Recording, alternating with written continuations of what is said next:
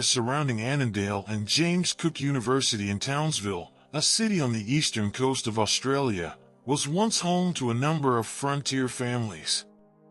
Around 150 years ago, the plains and foothills below Mount Stuart were dotted with their crude shelters. These pioneers were referred to as hill people. Many hill people reared livestock, which were exported through the port of Townsville. Others tended to plantations of crops suited to the tropical North Queensland climate. Others decided to live in this rugged country simply for the tranquil lifestyle it promoted, being able to live off the grid and away from the prying eyes of city dwellers. However, as is the case with every flock, there will be some black sheep. It was from my grandparents that I first heard stories about the fabled McCormack family. Their experiences inspired me to conduct my own research on the matter. The McCormacks were an Irish family who moved to Townsville just after the city's establishment. Alfred McCormack, the patriarch of the family, originally traveled from his homeland to Van Diemen's Land, which is now known as Tasmania, as a young man to participate in the then thriving seal trade. A man of ill repute in the fledgling colony, Alfred McCormack was alleged to have engaged in a myriad of reprehensible acts including violence and theft. One of the alleged incidents involved a ritualistic slaying of a young girl. After gaining much attention from the local authorities, he, his wife, 3 sons and 2 daughters relocated to Brisbane, the state capital of Queensland. It was speculated that the McCormacks arrived in the hills north of Townsville during the early 1870s. Not long after they arrived, reports surfaced of people being waylaid at night whilst traveling the backcountry roads.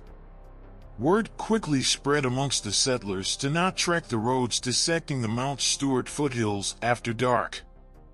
During the mid-1880s, after a decade of disappearances and savage attacks, the populace of the outer regions of Townsville were on the precipice. After a group of fur trappers went missing, a posse of aggrieved residents decided to act and bring the McCormacks to justice. The posse, which comprised of 7 local men and a First Nations tracker, assembled at the Peacock family station. Upon gathering provisions and weapons at the station, they set out for the hills. After a day and a half of searching, they located the McCormack shanty.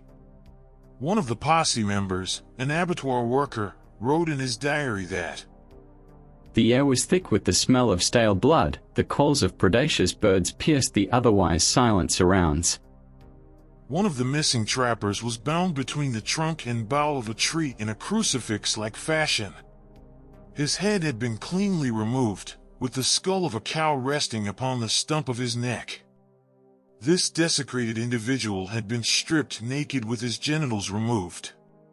A peculiar symbol had been carved onto his bloody torso with an eerie precision.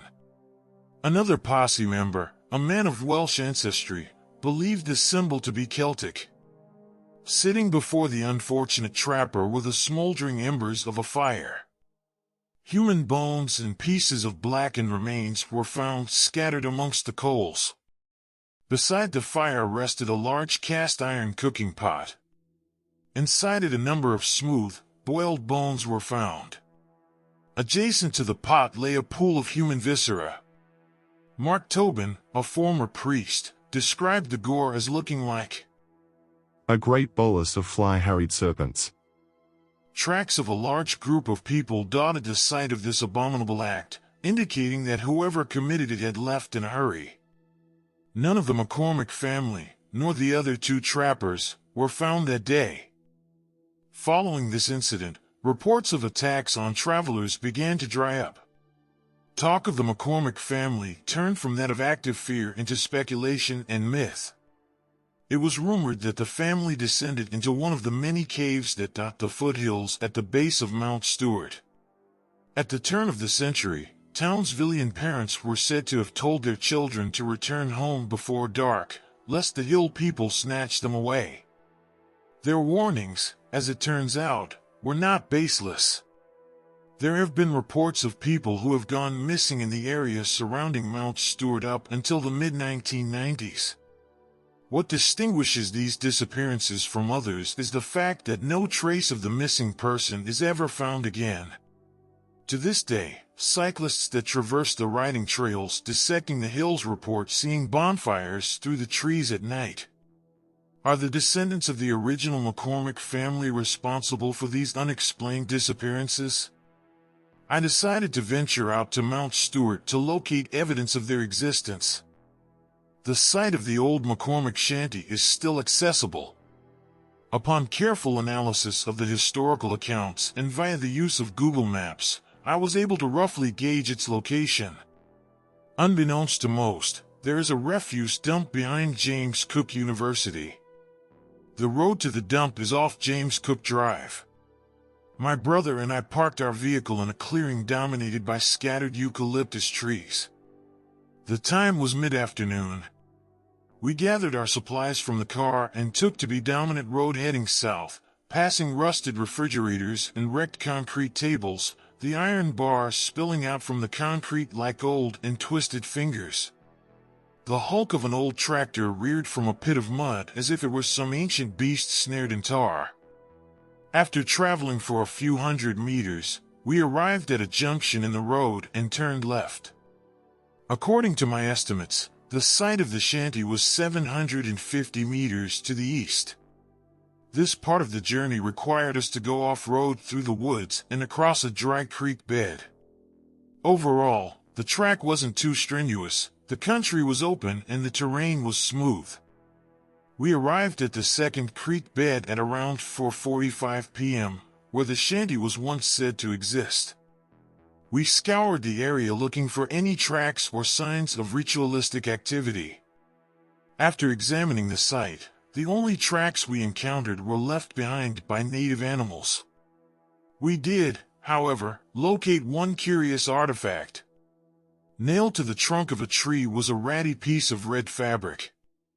A warning sign not to proceed any further? Or a marker left by previous hikers? At any rate, by this point the light was fading and neither of us wanted to spend a night in the wild. Even though we didn't find anything to suggest that anyone had visited the area in a considerable amount of time, this did nothing to allay a growing sense of dread in the pit of my stomach. The whole place made me feel uneasy. Do you feel like we're being watched? My brother asked.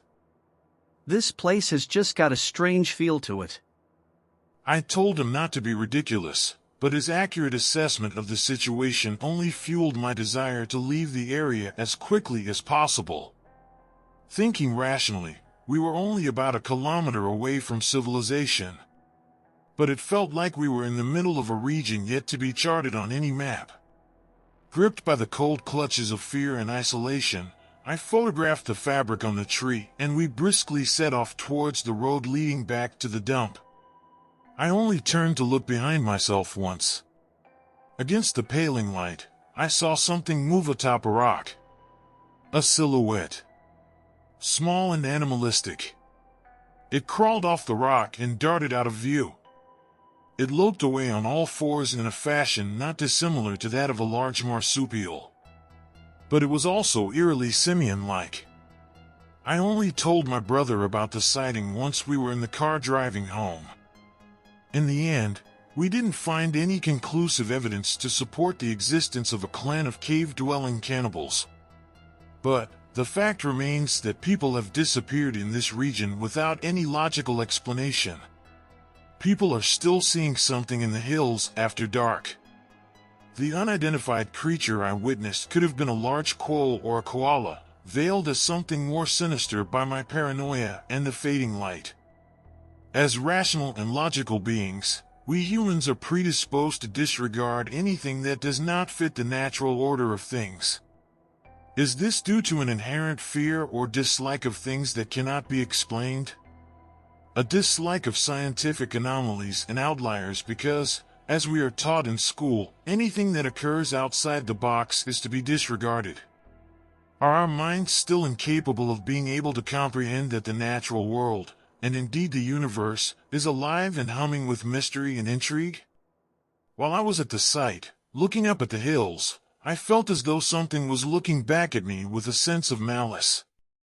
I felt like I wasn't supposed to be there. Like I was trespassing inside of another person's house. It didn't make any sense for me to feel this way. But many things on this earth regularly confuse and confound our greatest thinkers. Only by keeping an open mind, and not by closing it off to theories that seem impossible, will mysteries like this ever truly be solved. On a side note, Laverack Barracks, which is now the largest military base in the country, was built on the southern slopes of Mount Stuart in 1964, after a spate of unexplained disappearances. The military conducts regular training exercises and camping details along the foothills of Mount Stuart. Fences have been erected in certain areas with signs warning people not to enter military grounds, to prevent them from being harmed. But by what exactly? The signs don't specify.